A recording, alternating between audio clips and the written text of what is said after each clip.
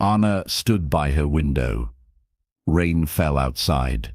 Her wedding dress hung nearby. Tomorrow, her life would change forever. She touched the fabric. It felt cold, like her mother's heart, like her future. But this story begins with shame. Anna was born different. Her left leg was weak. She walked with a limp. In her rich home, this made her a target. Every morning, the same pain. Her mother's voice cut deep. "Walk straight, Anna. You look weak. You shame our name." Her father barely looked at her. When he did, his eyes showed disgust. What use is a broken daughter? Who will want damaged goods? Her sisters laughed behind fans. They called her the cripple when mother wasn't listening. Her brothers turned away when she entered rooms. Anna learned to hide. She stayed in corners. She spoke softly. She tried to make herself small. But small was never small enough. One morning, everything changed. Her father called her to his study. His face was stone. His words were sharp. "You will marry, Anna. You have no choice in this matter." Anna's heart stopped. Marriage? But who would want her? Then came the punishment disguised as arrangement. Lord James needs a wife.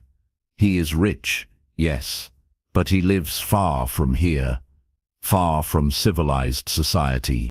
Her mother smiled coldly. People call him strange. Anna, some say he's cursed. But beggars cannot choose, can they? Anna felt the room spin. They weren't giving her a husband. They were throwing her away. "Send her off," her father said. "End our shame. Let her be his burden now." That night Anna cried until no tears came. Then something hardened inside her. Her eyes went dry. Her jaw set firm. She had no choice. She would obey. But she would not break. Tomorrow her real life would begin. James stood on his castle wall. The wind was cold. His heart was colder. The town below whispered about him. Always whispers, always fear. Lord James lost his family young. They said, war took everything from him. Now he guards his land like a wolf guards its den. Some called him a beast. Others called him cursed. Children ran when they saw his tall, dark figure. But the truth was different. James remembered being 8 years old. He remembered the screams, the fire, the blood on his father's hands, before enemies cut him down. He built walls after that, stone walls around his castle, stronger walls around his heart. Love meant loss, trust meant pain. So he chose neither. When Anna's father offered marriage, James agreed. Not for love, never for love.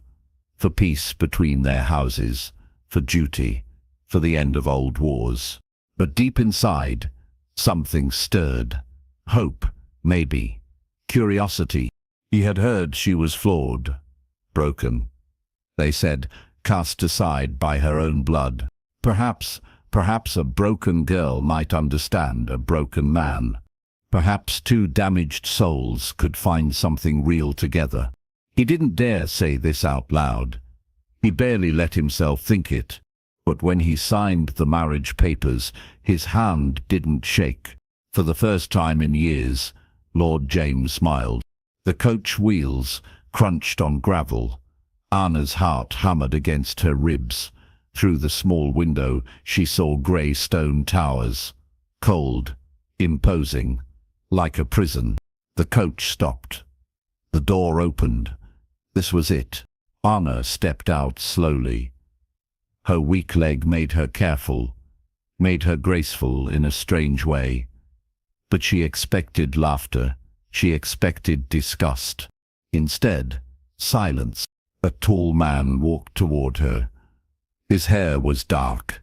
His shoulders were broad. His face was serious, but not cruel. Anna braced herself. Here comes the rejection, she thought. Here comes the regret. But James stopped 3 feet away. He bowed, actually bowed. His voice was deep, but gentle. "Welcome, Anna. I am James, your husband." Anna stared. Where was the anger? Where was the disappointment when he saw her limp? She started, then stopped. Words felt dangerous. "You must be tired," James said. "The journey was long. Come, let me show you inside." He walked slowly. Slower than a lord needed to walk. Anna realized he was matching her pace. He was waiting for her. The great hall was vast. Tapestries covered stone walls. A fire crackled in a huge fireplace.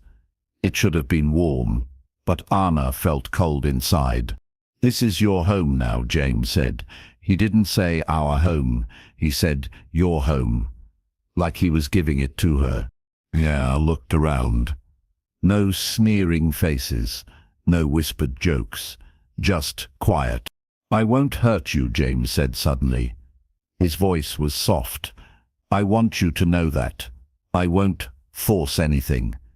You're safe here." Anna's eyes widened. Safe? When had she ever been safe? "Thank you," she whispered. It was all she could manage. James nodded. "Mrs. Helen will show you to your room. Rest. We can talk tomorrow." As Anna followed the kind housekeeper up stone stairs, she looked back once. James stood by the fire watching her go. His face was sad, lonely. For the first time, Anna wondered what had hurt him so deeply. The first week was quiet, too quiet. Anna woke each morning in a huge bed. Sunlight streamed through tall windows. No one shouted at her. No one mocked her walk. No one called her useless. It felt wrong, like waiting for thunder after lightning. But James kept his word. He was gentle, patient. When they ate together, he asked simple questions. "Did you sleep well? Is your room warm enough? What would you like to do today?" Anna answered carefully. She watched for traps in his words, but there were none. After breakfast, James worked with his steward. Anna explored the castle. Slowly, carefully. Her leg made stairs hard, but no one rushed her. In the kitchen, she found something wonderful. Herbs, spices, fresh bread baking. Can I help?" she asked Mrs. Helen. The housekeeper smiled. "Of course, my lady. Do you like to cook?" Anna nodded. At home, cooking was servant work. But here it felt like freedom. Her hands moved with skill. She made soup that tasted like sunshine, bread that smelled like heaven. Simple meals, but made with care, James noticed. At dinner, he ate slowly. He closed his eyes when he tasted her cooking. "This is wonderful," he said. "You have a gift, Anna. A gift." Anna felt warmth spread through her chest. When had anyone called anything about her a gift? Days became routine. Anna cooked. She mended clothes with neat, small stitches. She walked in the garden, tending herbs that grew wild. The servants began to smile when they saw her. They asked for her help with small things. They called her my lady with real respect. James watched it all. He said little, but his eyes were kind. When Anna limped through the halls, he never stared, never pitied. He just accepted. For the first time in her life, Anna felt useful, valued, maybe even wanted. It was a dangerous feeling, but it was growing stronger every day. 3 weeks into her new life, Anna made a discovery. She was walking in the herb garden when she heard crying. A kitchen maid sat on a stone bench, holding her hand. Blood seeped between her fingers. "What happened?" Anna asked. Cut myself on a knife, my lady. It won't stop bleeding. Anna looked at the girl's hand, then at the herbs around her. She remembered things. Old knowledge her grandmother had whispered. Wait here, Anna said. She picked certain leaves, crushed them between stones, made a paste that smelled clean and sharp. This might sting, she warned. Then pressed the mixture to the cut. The bleeding stopped. The girl's eyes went wide. How did you... That's magic, my lady. Not magic, just plants that help. Word spread fast in the castle. The cook had a burn. Anna made cooling cream. A stable boy twisted his ankle. Anna brewed tea that eased the pain. Soon people from the village came. They knocked on the kitchen door. They asked quietly for the lady who could heal. Anna's hands worked with growing confidence. She learned by trying. She made mistakes. Yes, but she also made miracles. Old Sarah, who couldn't walk without pain. Anna's tea helped her stand straight. Young Tom, whose fever wouldn't break. Anna's cooling cloth brought him back from the edge. They brought gifts, eggs, fresh milk, flowers from their gardens. But more than gifts, they brought respect. Thank you, Lady Anna, they said. And they meant it. James watched from his study window. He saw the line of people who came for help. He saw Anna's face when she healed someone. How it glowed, how it came alive. One evening, he found her in the garden. She was picking herbs by moonlight. You're good at this, he said simply. Anna looked up. Her hands were dirty. Her dress was stained. But she felt proud. I like helping, she said. I like being useful. You are useful, James said. His voice was firm. You're more than useful. You're necessary. Necessary. Anna had never been necessary before. As she walked back to the castle, her limp seemed less heavy. Her shoulders seemed straighter. She was becoming someone new, someone strong. The evening that changed everything started with rain. Anna sat by the great fireplace, mending a torn shirt. James worked at his desk, reading papers by candlelight. Thunder rolled outside. Does the storm bother you? James asked suddenly. Anna looked up. No, I like the sound. It's honest. James set down his papers. Honest? Rain doesn't pretend to be something else. It just is what it is. Something in her voice made James study her face. You sound like you know about pretending. Anna's hands stopped moving. Should she tell him, risk showing weakness? But his eyes were kind, patient, waiting. My family, she began, then stopped. Started again. They wanted me to pretend I wasn't broken, to hide my limp, to act normal. But I could never be what they wanted. James was quiet for a long moment. Then he stood, walked to the window, looked out at the storm. My father wasn't the monster people think, he said softly. He was gentle, kind. He taught me to read, to ride, to be fair to our people. Anna set down her mending. This felt important. What happened to him? She asked. James's shoulders tensed. War came to our lands. Your family's soldiers came with it. They said my father was a traitor. They said he stole their gold. Anna's heart stopped. My family? It was lies, James continued. All lies. But lies with swords behind them are stronger than truth. They killed him in front of me. I was 12.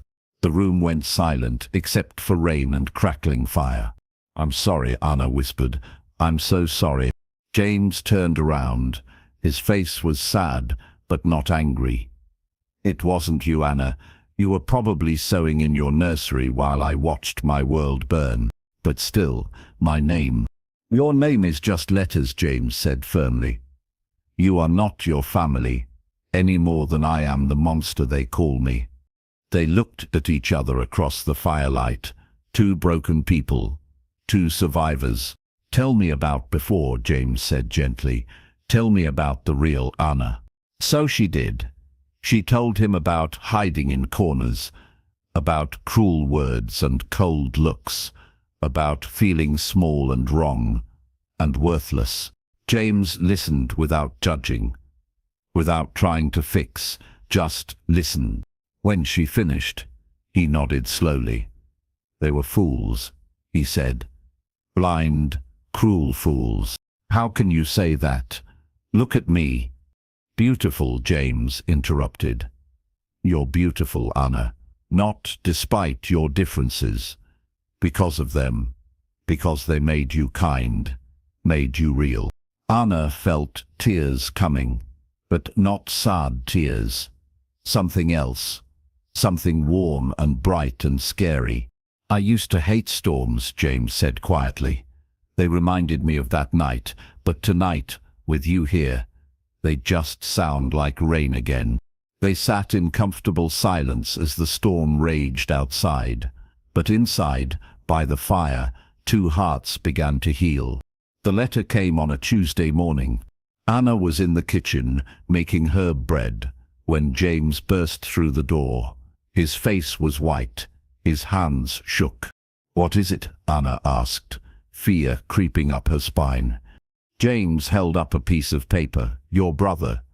He's coming here. Tomorrow. Anna felt the world tilt. Michael, why? He says he needs to check on your welfare, to make sure you're being treated properly. Anna almost laughed. Michael caring about her welfare? Michael who used to trip her in hallways just to watch her fall. There's more, James said grimly. He's bringing friends, other lords. They want to evaluate our marriage. The bread dough slipped from Anna's hands, spluttered on the floor. They want to what? Anna, James took her flour-covered hands in his. There are rumors. Your family is spreading stories. They say I'm keeping you prisoner. They say I'm hurting you. That's not true. Anna's voice was fierce. You would never. I know, but they don't care about truth. They care about politics, about making me look bad. Anna sank onto a wooden stool. Her old life was reaching for her, trying to drag her back into shame and smallness. What do they really want? She whispered. James was quiet for too long. Then, they want to annul our marriage, to take you back, to marry you to someone else. Who? Lord Robert. He's old, rich, cruel, but he'll pay your father well for a young wife. Anna felt sick. Lord Robert. She remembered him from court gatherings, the way he looked at young girls, the way servants flinched when he passed. I won't go, she said suddenly. I won't leave here. James's eyes flashed with something fierce. You won't have to. This is your home now. I'll protect you. But Anna saw doubt in his face. Worry.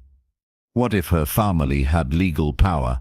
What if they could force her back? That night, Anna couldn't sleep. She paced her room, thinking, planning. Fear and anger battled in her chest. By morning, she had decided. She would not hide. She would not cower. When her brother came, she would face him. But first, she needed to know everything. James, she said over breakfast, tell me the whole truth about my family, about the war, about why you really agreed to marry me. James set down his cup, looked her in the eyes. Are you sure you want to know? Anna lifted her chin. I'm sure. So he told her. Everything. How her father had stolen lands that belonged to James's family. How they had killed innocents and called it justice. How this marriage was meant to be James's revenge, but became something else entirely. When he finished, Anna was quiet for a long time. "So I was supposed to be your prisoner," she said finally. "Yes, but instead, you became mine." James looked confused. "What do you mean?" Anna smiled, a real smile, strong and sure. "You fell in love with your captive, Lord James. That makes you the one who's truly trapped." For the first time in days, James smiled back. "Then I choose my prison gladly, Lady Anna." Outside, horses approached. Anna's old life was coming, but she was not the same girl who had left in tears. She was someone new, someone strong, someone worth fighting for. Michael arrived like a storm cloud, dark and threatening and full of noise. Anna watched from her window as his party rode into the courtyard. 5 men, all armed, all wearing her family's colors. Her brother looked the same, tall, handsome, cold eyes that saw people as things to be used. "Remember," James said behind her, "you don't have to see them alone. I'll be with you." Anna shook her head. "No, this is my fight." She walked down to the great hall, her back straight, her head high, her limp steady but sure. Michael was already seated at the head table, acting like he owned the place. When Anna entered, he looked her up and down, like she was livestock at market. "Sister," he said. His voice was silk over steel.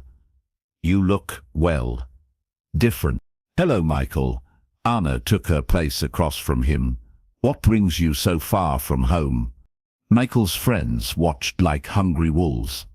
Anna felt their eyes judging her dress, her hair, her worth.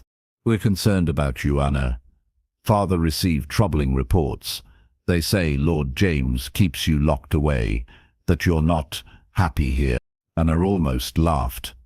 "Who told you that? Does it matter? We're here to help, to take you home if needed." "This is my home." Michael's smile turned sharp. "Come now, sister, let's be honest. What kind of home is this? You limp around like a servant.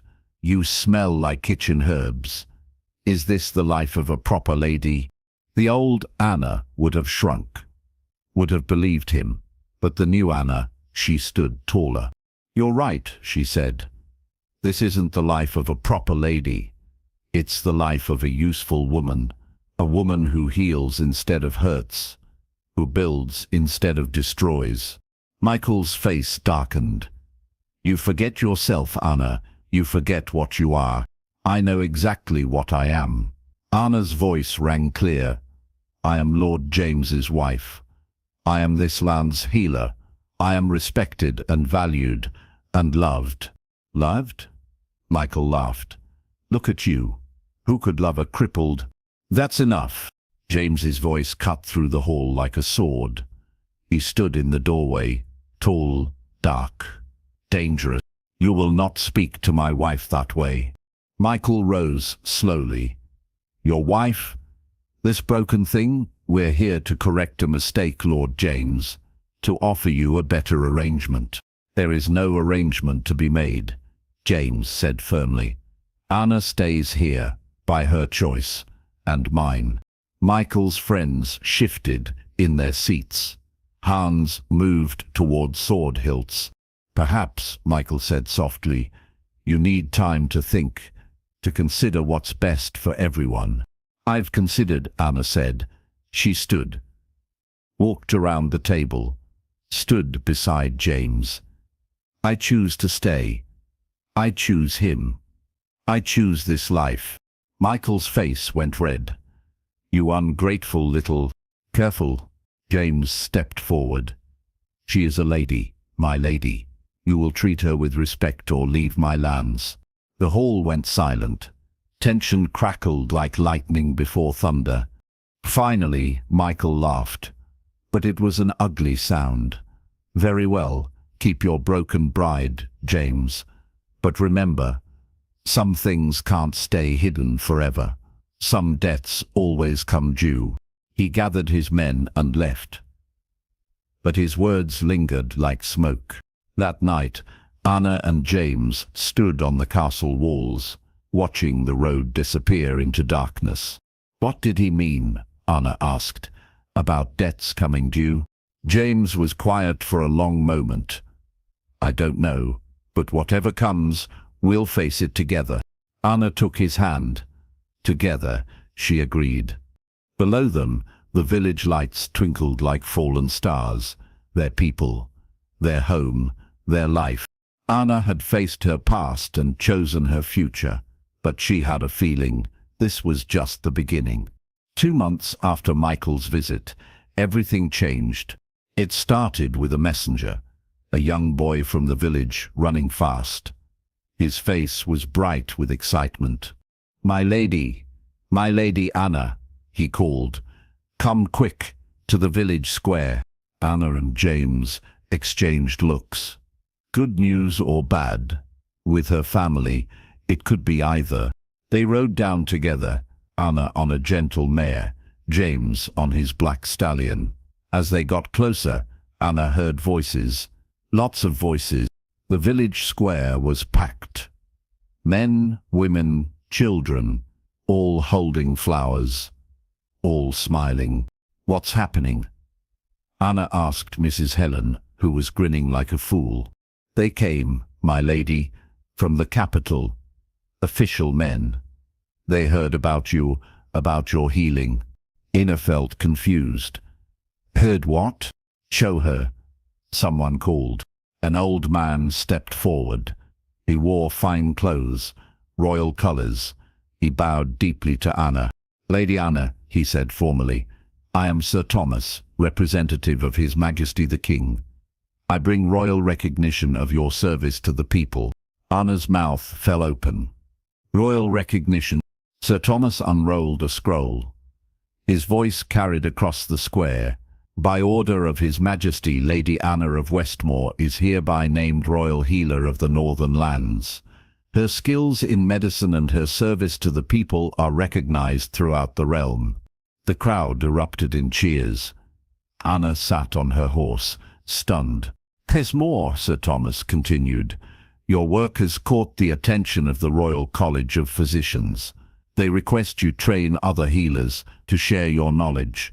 James reached over and squeezed Anna's hand. His face glowed with pride. But the best part came next. Furthermore, Sir Thomas announced, the Crown wishes to set the record straight regarding certain rumors. Lady Anna's marriage to Lord James is recognized as legitimate and blessed. Any attempts to interfere with this union will be considered treason against the Crown. Anna felt tears streaming down her face. Not tears of sadness, tears of joy, of vindication, of triumph. The people cheered louder. Children threw flowers. Women wept with happiness. Speech! Speech! They called. Anna looked at James. He nodded encouragingly. She stood in her stirrups. Her voice carried clear and strong. Thank you. All of you. You gave me something I never had before. You gave me purpose. You gave me worth. You gave me a home. She paused, looked around at all the faces, rich and poor, young and old, all looking at her with love. I was once told I was broken, useless, a burden, but you taught me the truth. We are all broken in some way, but broken things can still be beautiful, still be useful, still be loved. The cheers were deafening. That evening, as celebrations continued in the village, Anna and James walked in their garden. The herbs she had planted were in full bloom. Are you happy? James asked softly. Anna considered. 6 months ago she was a rejected daughter, a throwaway bride, a broken girl with no future. Now she was a healer, a teacher, a wife, a woman respected and valued for who she truly was. More than happy, she said. I'm complete. James stopped walking, turned to face her. Anna, I need to tell you something. Her heart skipped. What? I love you, he said simply. Not because you're my wife, not because you heal people, but because you're you, because you're brave and kind and real, because you make me believe in good things again.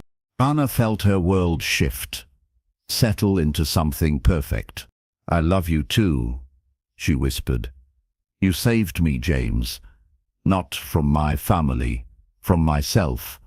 You showed me I was worth saving. They kissed under the starlight. Two broken souls, whole at last. In the distance, music drifted from the village. Their people were celebrating, their healer, their lady, their Anna. The girl who was once a burden had become a blessing. The prisoner had become free. The broken had become beautiful. 5 years later, Anna woke to sunlight and laughter. Through her window she saw children playing in the castle courtyard. Her children, James's children. Bright and healthy and free. Little Sarah had her father's dark hair and her mother's healing hands. At 3, she already knew which herbs helped tummy aches. Baby Thomas had James's serious eyes, but Anna's gentle smile. He was barely walking, but already trying to follow his sister everywhere. Good morning, my love. James's voice was warm honey. He sat on the bed's edge, already dressed for the day. Good morning, Anna stretched like a cat in sunshine. What's that sound? Your students are here, the new ones from the eastern villages. Anna smiled. The Royal Healing School had grown beyond her wildest dreams. Young men and women came from across the kingdom to learn her methods, to carry healing back to their own homes. And there's news, James continued. His eyes twinkled with mischief. Good news or interesting news? Both. Your brother Michael is getting married. Anna raised an eyebrow. Really?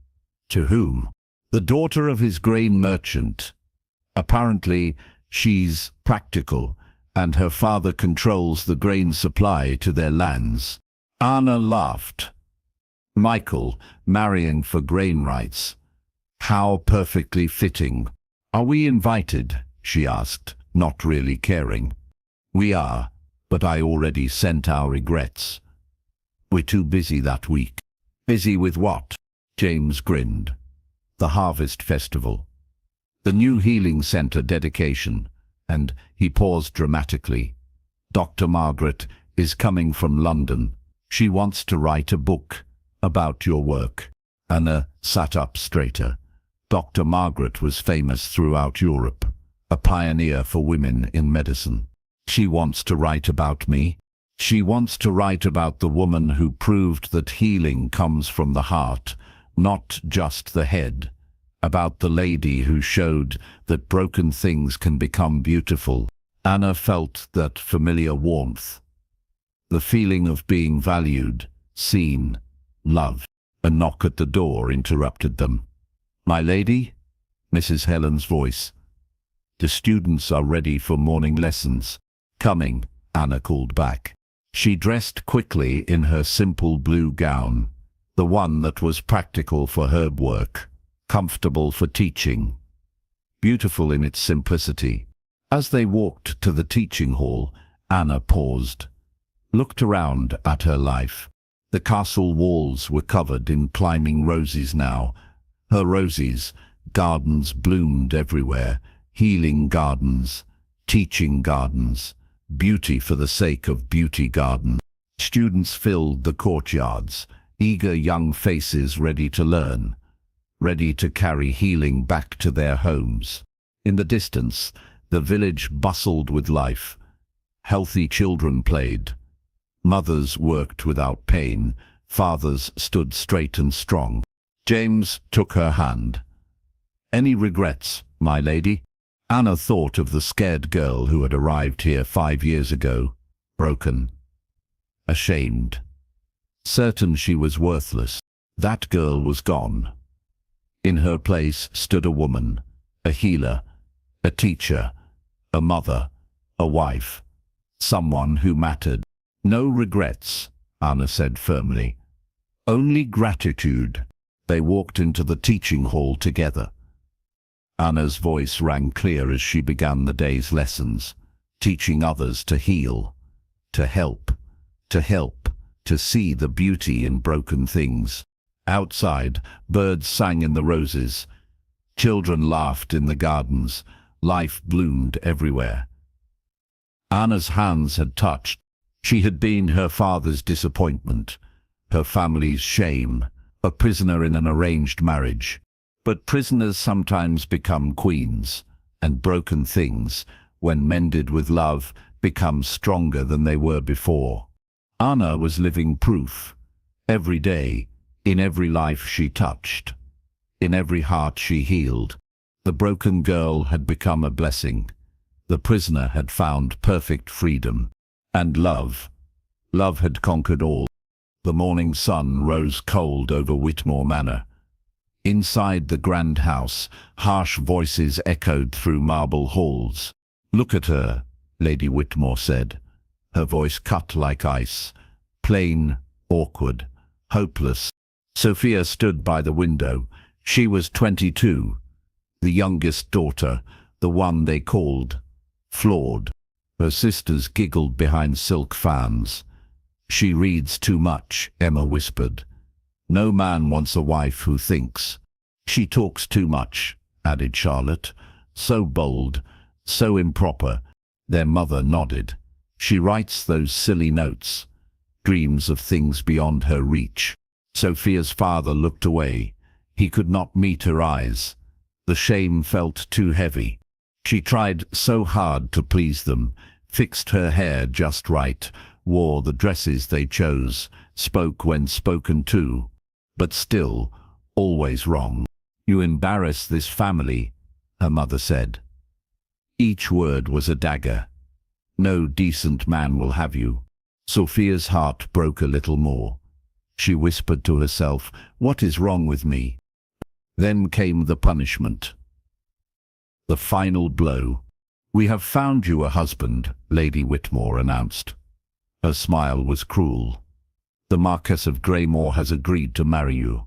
Sophia's blood turned cold. The Marquess, he is widowed, scarred from war, desperate enough to take you. Her sisters laughed louder. "He will never want you," Emma said. "Not really." "You will be his burden," Charlotte added. "His shame." Their mother leaned close. "He does this from pity. Remember that." Sophia felt the walls closing in. Trapped, like a bird in a cage, too small. But deep inside, something stirred. A tiny spark of fight. She looked at her cruel family. She stood a little straighter. "I will endure this," she whispered to herself, "but I will not break." 3 days later, a black carriage came. Sophia left Whitmore Manor forever. She carried one small bag, her books, her secret poems. As the house grew smaller behind her, she made a promise. "I will find my worth, even if no one else can see it." The carriage rolled toward her new life, toward the unknown Marcus, toward whatever fate waited. But Sophia did not know her story was just beginning. Adrian Blackwood stood at his window, the Marquess of Greymore, tall, dark hair, eyes like winter storms. A scar ran down the left side of his face, from temple to jaw, a gift from the war. People whispered about him, called him broken, mad, dangerous. They were wrong. Adrian was not cruel. He was careful. He spoke few words because words had power. They could hurt. He knew about hurt. The war took much from him. Friends. Peace of mind. His first wife, she died while he fought far away. Men at his club sneered. "Poor Greymore," they said. "Half a man now. Lost his nerve on the battlefield."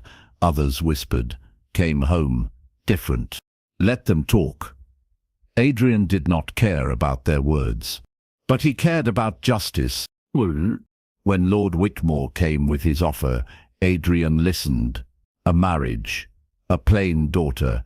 Unwanted. She brings no beauty, Whitmore said. No skills. But her dowry is fair. Adrian studied the man, saw the cold eyes, the cruel mouth.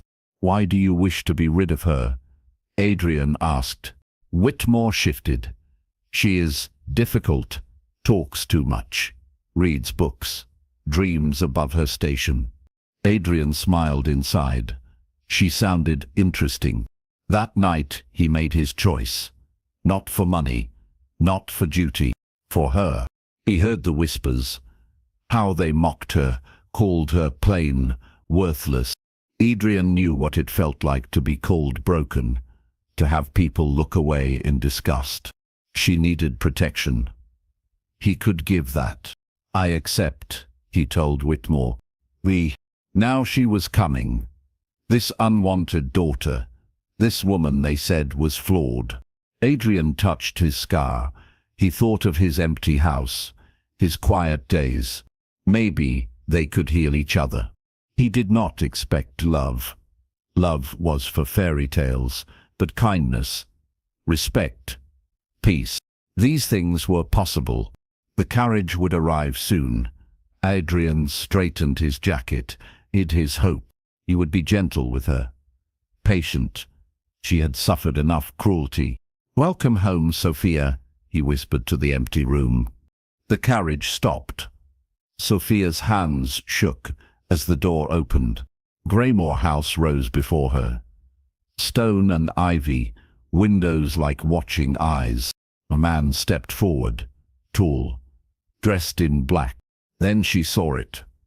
The scar. Her breath caught. She looked away fast. Too fast. He would think her rude, disgusted, just like everyone else who saw damaged things. Lady Sophia, his voice was soft, calm. Welcome. She forced herself to look up. Met his eyes. They were kind. This surprised her. You must be tired, Adrian said. The journey was long. Yes, my lord, her voice barely whispered. He studied her face. No disgust there, just sadness, fear. You are safe here, he said gently. I hope you will be happy. Sophia blinked. Happy? No one cared if she was happy. A servant took her bag. Adrian offered his arm. Shall we? His touch was careful, respectful, not demanding. They walked through grand halls, rich carpets, painted walls. This will be your home now, Adrian said. Change whatever you wish. It needs a woman's touch. Another surprise. Permission to change things, to matter. Dinner felt strange. The dining room was huge. Just the two of them at a table for 12. Long silences stretched between them. Sophia ate little, watched him from under her lashes. He cut his meat with careful movements. The scar pulled when he chewed, but his manners were perfect. Gentle. Do you read? He asked suddenly. Oh, Sophia dropped her fork. Yes. Too much, they say. They? My family. They say it is improper for ladies. Adrian's eyes darkened. What do you enjoy reading? Sophia hesitated. Then a tiny spark of rebellion. Poetry, history, sometimes novels. A smile touched his lips. I have a large library. Use it freely. Her heart jumped. Truly, truly. Oh. That night, alone in her new room, Sophia whispered to her reflection, he is not as they said, not cruel, not mad. She touched the place where he had helped her from the carriage. So gentle. Maybe, she breathed, maybe this will not be so terrible. For the first time in years, she fell asleep without crying. In his room down the hall, Adrian smiled into the darkness. She was not plain. Her eyes held intelligence, spirit. They had been blind. Her family, completely blind. Morning light filled Sophia's new room, soft, warm, so different from home. She dressed carefully, went downstairs with quiet steps. The breakfast room was empty, but a note waited by her plate. "Good morning. I hope you slept well. The rose garden needs tending, if you would enjoy that." Sophia smiled, her first real smile in months. She found the garden behind the house. Roses everywhere, red, pink, white, but overgrown. Forgot, like me, she thought. She worked all morning, cut dead blooms, pulled weeds. Her hands grew dirty, her dress stained. She did not care. At lunch, another note waited. "Thank you for the roses on my desk. They brightened my study." Sophia's cheeks warmed. He noticed, he cared.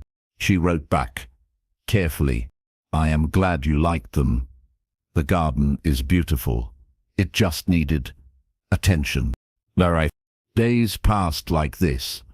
Small notes, kind words. Adrian never demanded anything, never criticized, never made her feel small. Slowly, Sophia began to explore. She helped cook with dinner, learned to make bread. The servants smiled at her efforts. "You have gentle hands, my lady," cook said. "Good for healing work." Healing? Sophia had never thought of herself as a healer, but when young Tom hurt his hand, she cleaned the cut, wrapped it carefully. He thanked her with bright eyes. "You fixed it," he said. "Fixed it. Fixed something." The words echoed in her heart. She started visiting the village, brought soup to sick families, read stories to children who could not read themselves. "You have such a lovely voice," old Mrs. Baker said. Soothing, lovely voice, not too loud, not improper. Lovely. Each kindness grew her confidence. Each smile she earned made her stand taller. At dinner, Adrian listened to her stories about the village, the people, her small adventures. He never looked bored, never told her to be quiet. "You are making a difference," he said one evening. Sophia set down her wine glass. "Am I?" "The village children ask for you by name. Mrs. Baker says you saved her grandson from fever. I just brought willow bark tea. You cared. You acted. That is everything." That night, Sophia looked in her mirror again. Something had changed. Her eyes held light now. Her shoulders sat straighter. She was becoming someone new, someone she actually liked. And Adrian was part of that change. He saw her value when no one else could. He gave her space to grow. Maybe this strange marriage could become something real, something good. The thought both thrilled and terrified her. 3 weeks into her new life, Sophia discovered the library. Floor-to-ceiling books, thousands of them. Poetry, history, science, everything. She ran her fingers along the spines. So much knowledge, so much wonder. "Find anything interesting?" Adrian's voice came from behind her. She turned. He stood in the doorway watching her with warm eyes. "Everything," she breathed. "How do you choose?" He stepped closer, pulled a slim volume from the shelf. "Start with this, Shakespeare's sonnets. Read them aloud. Poetry is meant to be heard." Night. She took the book. Their fingers brushed. A spark ran up her arm. Adrian felt it too. His eyes darkened, but he stepped back. "I will leave you to explore." "Wait." The word escaped before she could stop it. He paused. Could you recommend more?" "I trust your judgment." A smile spread across his face. The first real smile she had seen. "I would be honored." They met in the library each evening. Adrian would suggest books. Sophia would share what she learned. "Listen to this," she said one night. She read aloud from a book of medicine. "Willow bark contains a substance that reduces fever and pain. You have been using that in the village." Adrian noted. "Yes, but I did not know why it worked. Now I understand." "Knowledge gives power," Adrian said. "Understanding gives confidence." Sophia looked up from the page. "Is that why you read so much?" "Partly, but mostly I enjoy learning. Growing, becoming more than I was." "Your family supported this?" Adrian's face grew shadowed. "No, they wanted a soldier. Nothing more." Understanding passed between them. Both had families who tried to make them small, different, limited. "We are alike," Sophia said softly. "Yes, we are." The connection grew stronger each day. Conversations lasted longer. Silences became comfortable. Sophia began to share her writing. Small poems, observations about village life. Adrian read each one carefully, seriously. "You have talent," he said. "Real talent. These should be published." "Published?" Sophia laughed. "Ladies do not publish books." "Some do, and should." He meant it. She could see the belief in his eyes. For the first time, Sophia imagined a future where her words mattered, where her thoughts had value.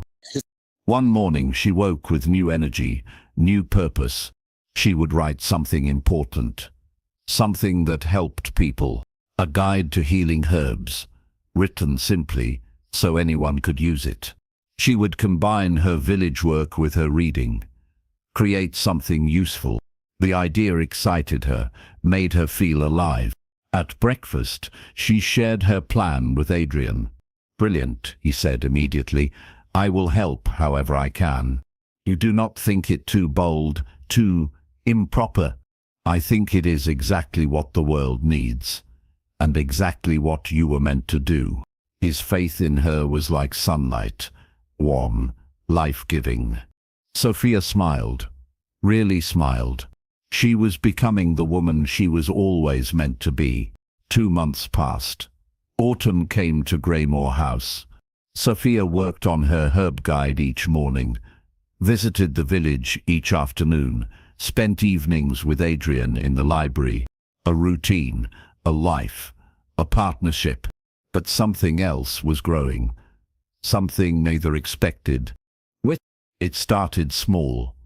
The way Adrian's eyes lingered on her face when she laughed. How Sophia's pulse jumped when he helped her with her cloak. Touches that lasted too long. Conversations that went too deep.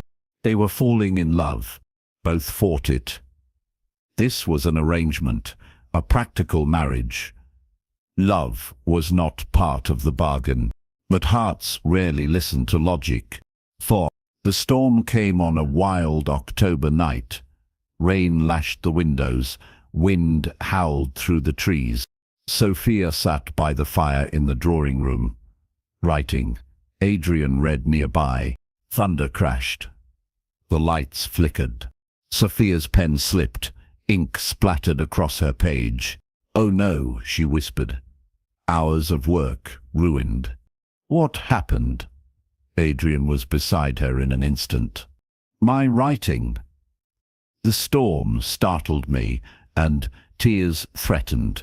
Adrian knelt by her chair, studied the damaged page.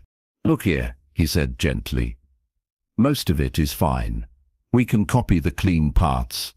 Start fresh with the rest. If you will let me help." Fine. They worked side by side. Adrian's handwriting was careful, neat. He copied her words with reverence. "You write beautifully," he said. "These instructions could save lives." "Do you really think so?" "I know so." Their eyes met. "Hell." "Sophia," Adrian whispered, "I must tell you something." "What?"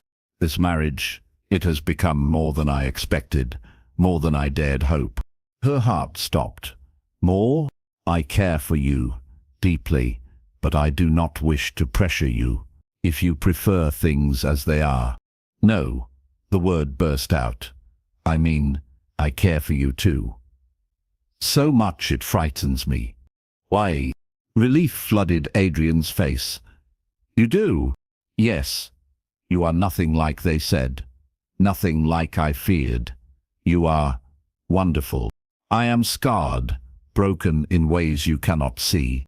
Sophia reached up, touched the scar on his face with gentle fingers.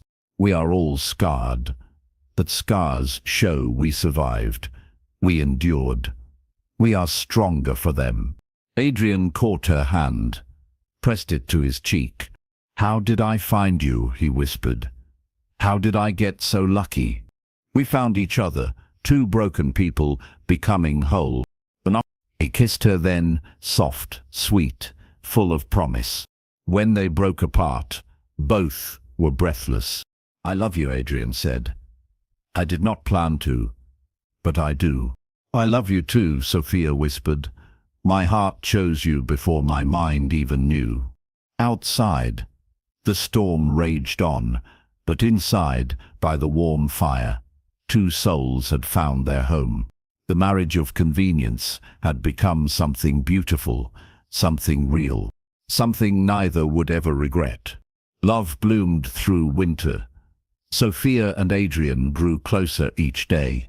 But happiness never lasts unchallenged. The letter came on a cold February morning, sealed with the Whitmore family crest. Sophia's blood chilled when she saw it. This, my ungrateful daughter, her mother wrote. London society whispers about your strange marriage. They say the Marquess has gone mad, that you have bewitched him somehow. You will return home immediately. End this farce. We have found you a proper husband, a man who knows your true worth. If you refuse, we will expose the Marquess's condition publicly. His war madness, his violent episodes. Society will shun him completely. You have 3 days to decide. Sophia's hands shook. The letter fell to the floor. Adrian found her there an hour later, pale, trembling. What is wrong? He pulled her into his arms. They want me back, she whispered. My family. They threaten to hurt you if I do not come. Adrian's jaw tightened. What do they threaten? Sophia could not meet his eyes. They say they will tell everyone about your war experiences. Make society believe you are unstable. Silence stretched between them. Heavy, painful. There is something you should know, Adrian said quietly, about my time in the war. Sophia looked up. What? I did suffer difficulties.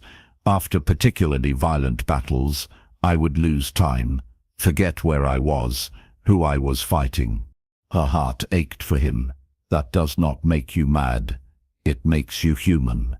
Society would not see it that way. If your mother spreads these rumors, then we will face them together. Adrian shook his head. I will not let you suffer for my weakness. It is not weakness. Sophia's voice rose. You fought for your country. You saw terrible things. You came home changed, but not broken. Adrian pulled away from her, walked to the window. Perhaps your mother is right. Perhaps you would be better with someone else. No. Sophia stood, walked to him, placed her hands on his shoulders. Look at me. He turned. His eyes were full of pain. I choose you, Sophia said firmly. Not because I have to, because I want to, because you are the best man I have ever known. Your family will destroy us both. Then let them try. I am not the same weak girl who left their house. I am stronger now because of you, because of this life we have built. A knock came at the door. The butler entered. My lord, my lady, there are visitors, Lord and Lady Whitmore. They, insisted on seeing you immediately. Sophia's stomach dropped. They are here. Adrian straightened. The soldier in him emerged. Show them to the drawing room. We will be down shortly. When the butler left, Adrian took Sophia's hands. Are you ready for this? With you beside me, I am ready for anything. Then let us go face your demons together. They walked downstairs hand in hand. Two people in love, preparing for battle. Neither knew this confrontation would change everything, but both knew they would face it as one. The drawing room felt cold when they entered. Lord and Lady Whitmore sat stiffly on the sofa. Emma and Charlotte flanked them like vultures. Sophia's old life, her old fears, all waiting to drag her back. Sophia, Lady Whitmore's voice cut like ice. You look different. Hello, Mother.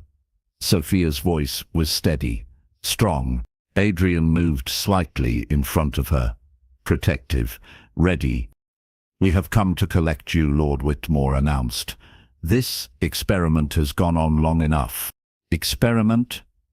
Adrian's voice was dangerously quiet. This marriage, Emma said with a cruel smile. Everyone knows you cannot possibly want her. Not really. She has clearly confused you, Charlotte added. Poor man. The war damage makes you susceptible. Sophia felt the old shame rising. The old voice that said they were right, that she was worthless. But then Adrian's hand found hers, squeezed gently. His touch reminded her she was not that girl anymore. I am not confused, Adrian said calmly. I am blessed. Your daughter is the finest woman I have ever known. Lady Whitmore laughed. Please, we know what she is. Plain, difficult, unmarriageable. You are wrong, Sophia said. Her voice rang clear, about everything. Her family turned to stare. This was not the meek girl they remembered. I am not plain, Sophia continued. I am thoughtful. I am not difficult. I am intelligent. I am not unmarriageable. I am married to a wonderful man who values me.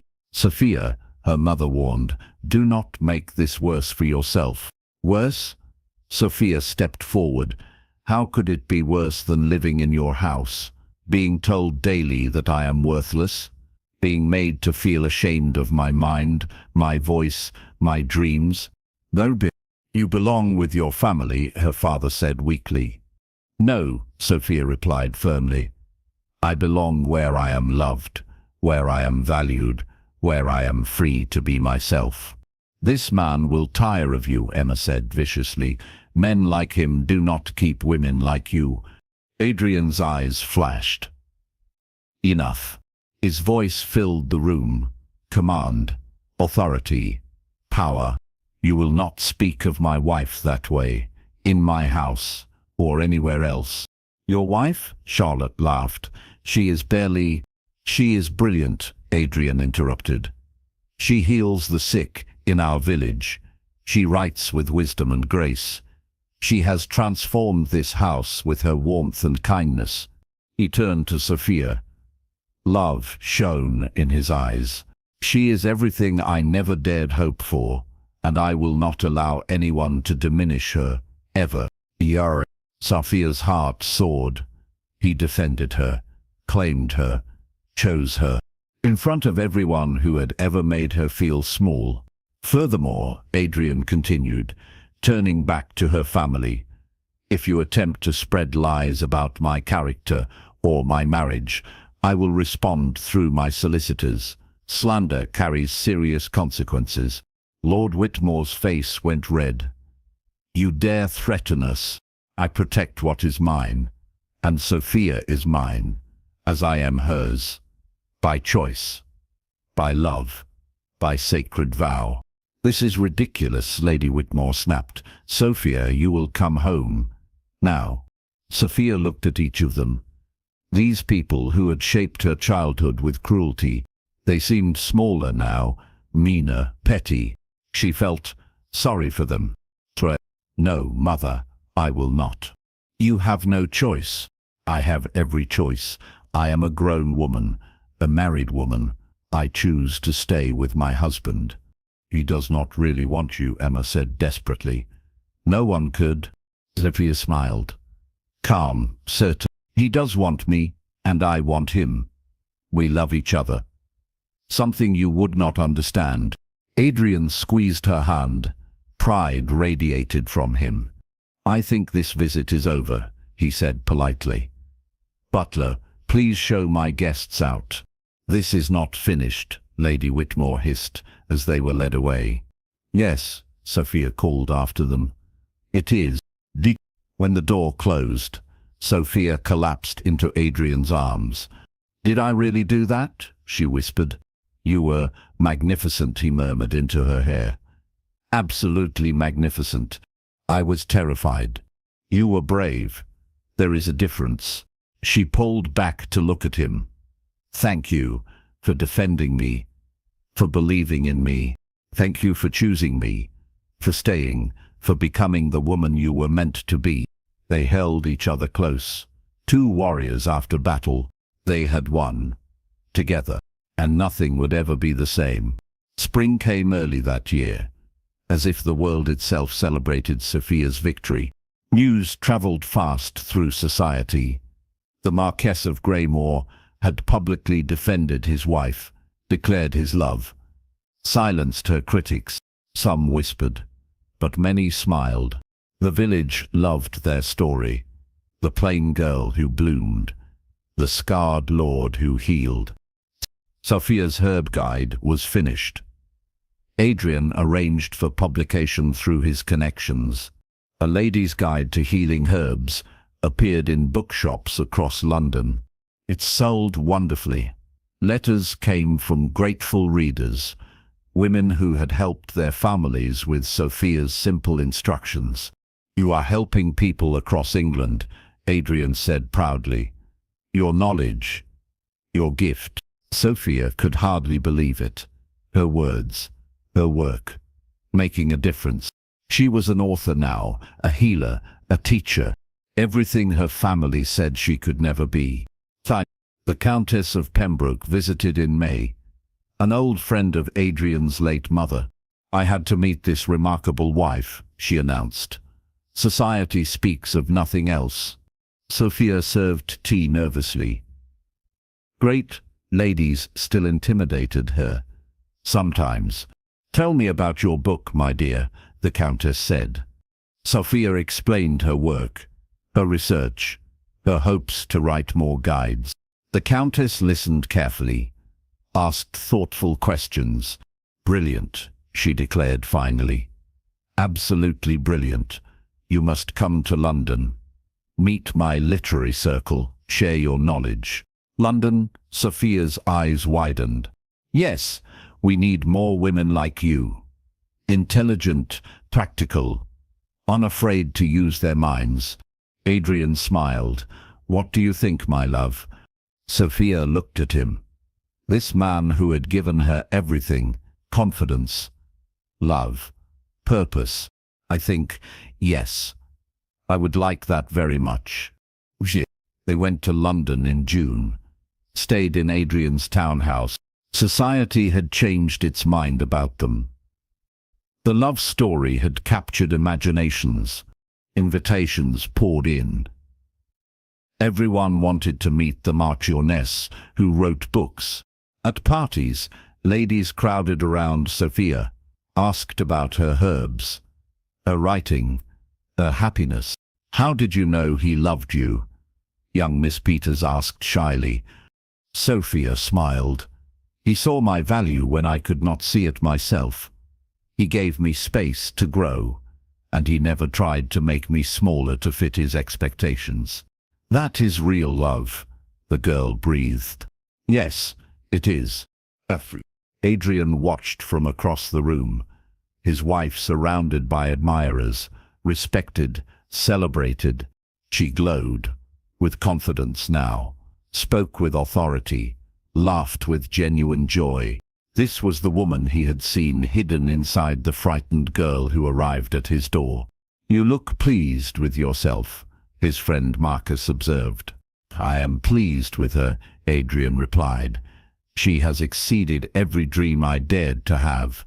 Society called you mad for marrying her. Society was blind, as was her family, but not I. No, you saw clearly and loved wisely." Adrian nodded. "We saved each other, I think. She healed my heart. I gave her wings." That night, in their quiet bedroom, Sophia brushed her hair before the mirror. Adrian watched from the doorway. Still amazed, this brilliant woman was his. "What are you thinking?" she asked, catching his reflection. "That I love you more each day. That our beginning was difficult, but our future is limitless." She turned to face him. "Do you ever regret it, taking a chance on the plain Whitmore daughter?" "Never." He crossed to her, took her face in his hands. "You were never plain. You were a diamond covered in dust. All you needed was someone to see your true sparkle. And you did. From the very first day." They kissed softly, sweetly. Two souls who had found their perfect match. Outside, London sparkled in the darkness, but their love shone brighter than any city lights. Tomorrow would bring new adventures, new challenges, new joys. But tonight, they were simply happy, simply home. 5 years later, autumn painted the grounds of Greymore House in gold and crimson. The gardens bloomed under careful tending. The house rang with laughter. Sophia walked the halls with quiet confidence. The Marchioness of Greymore. Author, healer, mother. In her arms, baby William gurgled happily. Dark hair like his father, bright eyes like his mother. "Safe. There you are." Adrian appeared in the doorway of the nursery. Still handsome, still scarred, still the love of her life. "He was fussy," Sophia explained, "but he is settling now." Adrian crossed to them, kissed his son's forehead, then his wife's lips. "The carriage is here," he said. "Are you ready?" Today was special. The village school dedication, built with proceeds from Sophia's books. She had written 3 more guides, each more successful than the last. Women across Europe used her healing methods now. A Lady's Guide to Childbirth had been particularly popular. Written after William's birth, it helped countless mothers. They rode through the village together. People waved from doorways. Children ran alongside the carriage. "Lady Sophia, Lord Adrian," they called out happily. At the school, a small crowd had gathered. The local vicar prepared for the ceremony. "My lord, my lady," he said warmly, "thank you for this gift to our children. Education should be available to all." Sophia replied, "Knowledge changes lives." She thought of herself at 22, frightened, ashamed, convinced she had nothing to offer. Now she helped build schools, wrote books that healed, raised a son who would know his worth. Little Margaret stepped forward. The baker's daughter, shy, bookish, reminded Sophia of herself. "My lady," she whispered, I want to write books someday, like you do." Sophia knelt down, looked into the girl's earnest eyes. "Then you will," she said firmly. "Read everything you can. Ask questions. Never let anyone tell you that you are too much, too bold, too different. Really, really, the world needs voices like yours, minds like yours. Promise me you will use your gifts." "I promise." The girl ran back to her parents, glowing with new purpose. Adrian touched Sophia's shoulder. "Another life changed," he murmured. "I hope so." The ceremony concluded. The school was officially open. As they prepared to leave, an older woman approached, well-dressed. familiar. Emma, Sophia's sister. Sophia stiffened slightly. They had not spoken since that terrible day 5 years ago. "Sophia," Emma said quietly, "might I speak with you?" Adrian moved closer. Protective, but Sophia nodded. "Of course." Emma looked older, tired, unhappy lines around her eyes. I wanted to say I was wrong about you, about everything." Sophia blinked in surprise. "You have made something beautiful of your life," Emma continued. "Something meaningful. I have not been so fortunate. Emma, my husband is cruel, cold. I married for title and money, as mother wished. But I am miserable." Sophia's heart ached for her sister. "Despite everything, I am sorry. Seeing you today, so confident, so loved, I realize what I missed, what I threw away when I mocked your dreams." Tears gathered in Emma's eyes. Could you ever forgive me? Yo. Sophia looked at her sister.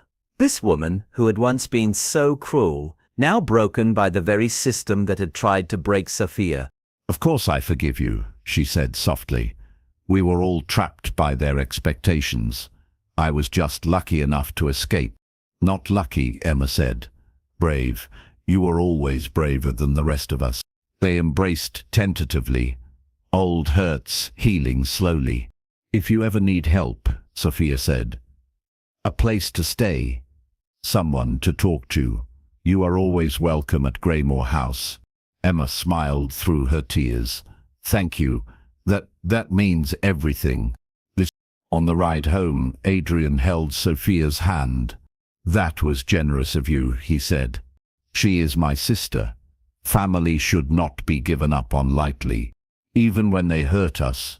Especially then, hurt people, but loved people can heal." Adrian raised her hand to his lips. "Have I told you lately that you are extraordinary? Only every day. Good. I plan to continue for the next 50 years. Sophia laughed. "Only 50?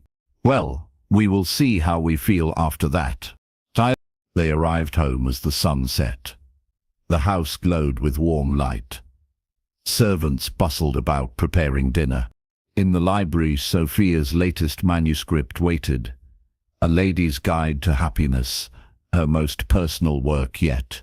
All about finding worth in a world that tried to diminish women.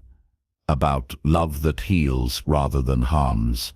About building the life you truly want. She had lived every word. As they settled in the drawing room, baby William sleeping peacefully, Sophia reflected on her journey. From the plain, unwanted daughter to this life, this love, this purpose. "What are you thinking about?" Adrian asked. "Beginnings," she said. "How the worst day of my life, leaving my family's house, became the best thing that ever happened to me. Not the worst day, the first day of your real life." "Yes, my real life." She looked around their home, at her husband reading by the fire, at their son dreaming in his cradle, at her books on the shelves, at the evidence of their love everywhere. This was what happily ever after looked like, not perfect, but real, earned, treasured, and it was more beautiful than any fairy tale. Words. Outside, snow began to fall, the first of winter, but inside, all was warmth and light and love.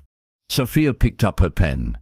There was more work to do, more women to help, more stories to tell. But for now, this moment was enough. This life was enough. She was enough. Finally, completely, joyfully enough.